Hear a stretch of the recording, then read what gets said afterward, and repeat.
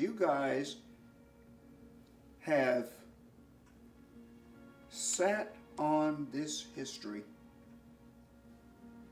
for 90 years, for 89 years, however many years, and nothing has been done. And every time it is mentioned, you've swept it under the carpet.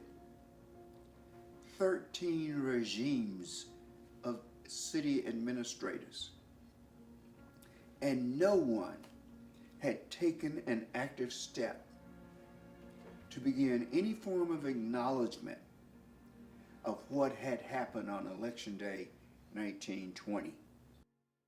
My grandfather settled into the city of Ocoee in the year 1980, migrating from Guyana to settle into the town.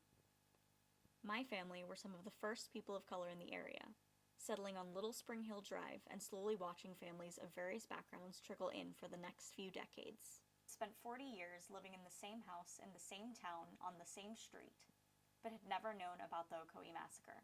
All they knew was that something terrible had happened. I came to Ocoee and was living among my children. When I came here, my children were bringing me up to date of how racial this place is. I heard that the white people, they were very racial against the blacks. In order to understand the Ocoee Massacre, it is first important to understand the context that the pogrom occurred in and the cultural context it was part of. African Americans in the months leading up to the 1920 national election organized voter registration movements all across the state. Orange County was a movement center, and especially western Orange County, kind of centering on Ocoee, was a place where there was very strong black political organization. July Perry was a local Ocoee land baron, labor broker, and a prominent business figure. Perry was well respected in the business and the black community. Without Perry, local whites were unable to hire local black workers. Perry, along with another local land broker, Mose Norman, were determined to exercise their right to vote, even if it drew the ire of local whites. There was a big concern on the black population was going to influence the outcome of the upcoming election.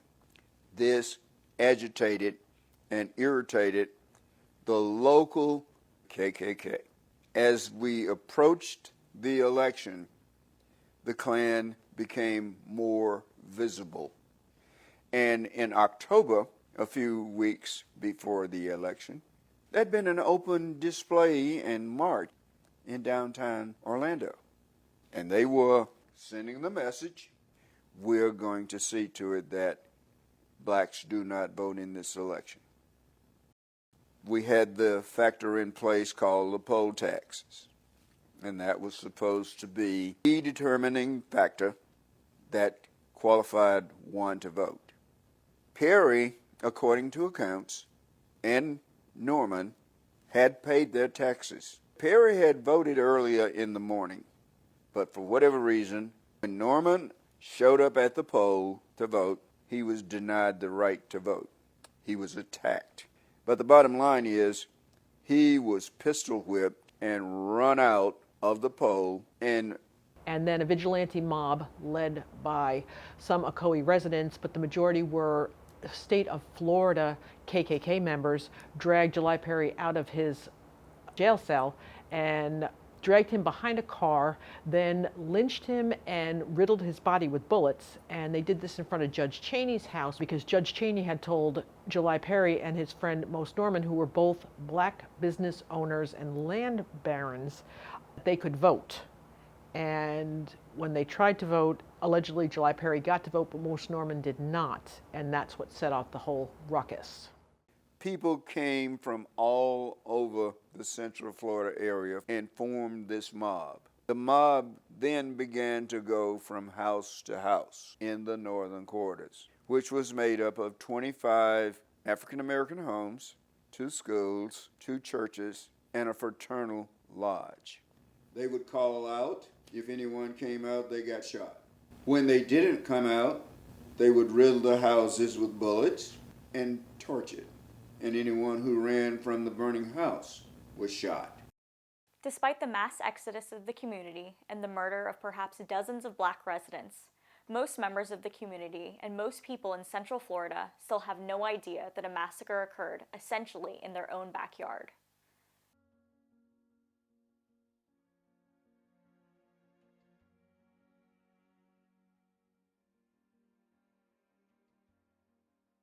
Black historical erasure is by no means a new phenomenon. Since ruling slavery illegal in 1863, America has fallen short of addressing African American history in the United States. Reckoning with the past continues to be a great source of difficulty for Americans and American institutions alike, often due to a great deal of shame at reckoning with the crimes faced by African Americans at the hands of the United States government, institutions, and society. Erasure has a purpose. It replicates cultural ideologies that render perpetrators as guiltless as it reproduces ideals that crimes against minority communities either did not occur or were even justified. Furthermore, erasure is integrated with Antonio Gramsci's theories on ideology as they relate to history. Specifically, ideological state apparati reproduce the relationships between the citizens to the state. In the case of history, the narratives dispersed are meant to support the ideas of a guilt-free America, of a guilt-free white society. This is supported by the hegemonic bodies that bolster the narratives of those in power and suppress the narratives of those that are not. James Fleming was the grandson of Sam Salisbury, the man who headed the armed posse in search of the escaped Mose Norman at July Perry's home. Fleming's interview is extremely salient in understanding the general characterization of the massacre by the whites that had remained in Ocoee and were aware of the event. He was a former Orlando police chief and was well known to be well respected and well liked. Fleming recounts his grandfather's contention that the massacre was actually a riot, a sentiment that was repeated by various news outlets, including the Orlando Sentinel at the time. Fleming also argues that his grandfather led what we would refer to today as a SWAT team. He also adds that July Perry would have been held liable for 2 murders as well as resisting arrest later in the report.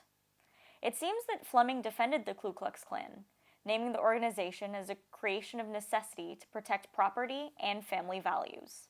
The Ku Klux Klan was the main organization that incited violence in Ocoee, leading to the lynching of July Perry. Although Fleming's testimony defends the KKK, he does fail to include his grandfather's status as a member of the organization. Again, the hegemonic power structures are reflected by the narratives that are said versus unsaid. Because of the power exerted by certain whites in Ocoee society, the narratives of black victimhood on Election Day were effectively erased. The people who benefit from erasing history are generally the people in power. They're the people who protect the status quo. The perpetrators of the massacre, the perpetrators of the Tulsa massacre, the perpetrators of the Elaine massacre, the Wilmington race riots, so on and so forth, were the people in power. They were the mayors, they were the heads of the Chamber of Commerce, they were business leaders, they were sheriffs, they were chief of police.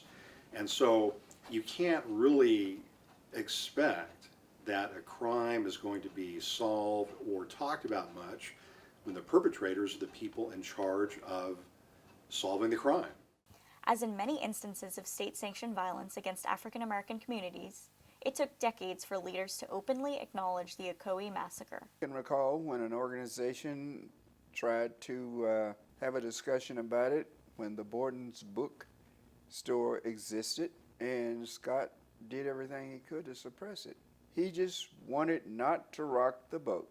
He wanted to go along and go with the flow, and eventually it'll go away. Only in 2019, 99 years after the Ocoee Massacre, was there an official commemoration of the event. In July 2019, the City of Orlando, in partnership with the Ocoee Human Rights and Diversity Board, erected a memorial marker commemorating the massacre and the lynching of July Perry. The memorial marker was an important stride towards the continued reckoning of historical crime. Nevertheless, there are still strides to be made. Important parts of the narrative are still lost or even hidden. There is just total chaos surrounding the number of people that were killed. There are no accurate accounts that I've been able to uncover. The alleged number killed in Ocoee vary widely. Some say the number is as low as 3, others say it is as high as 300.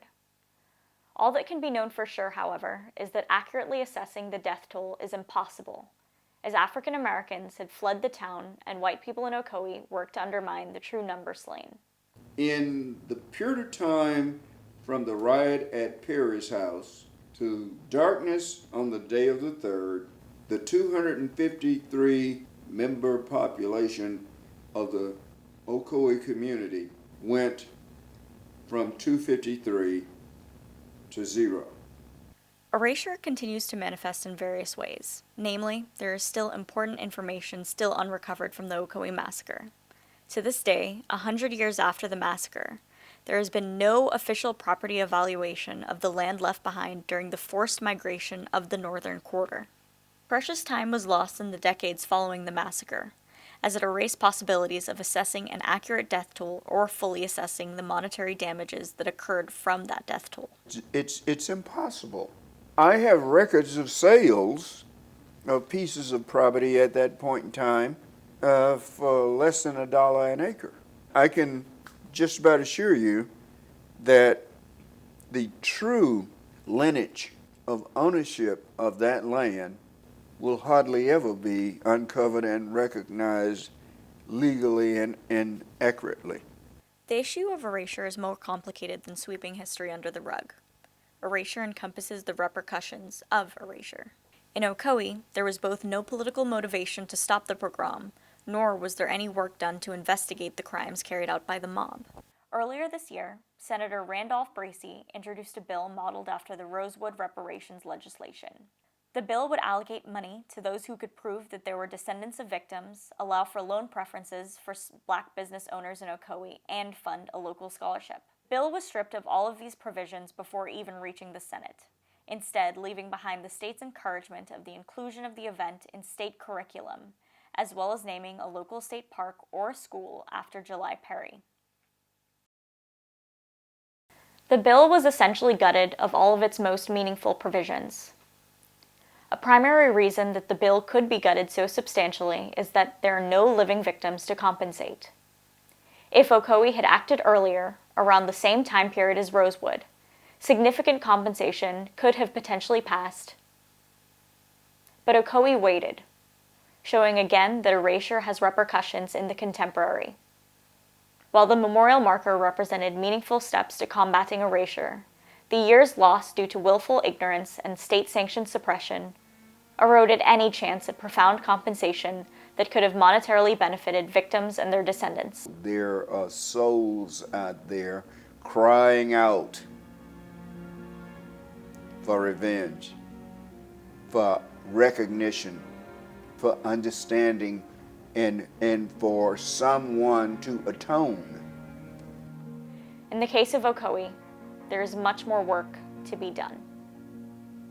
All right, that's it. That's it? Mm-hmm.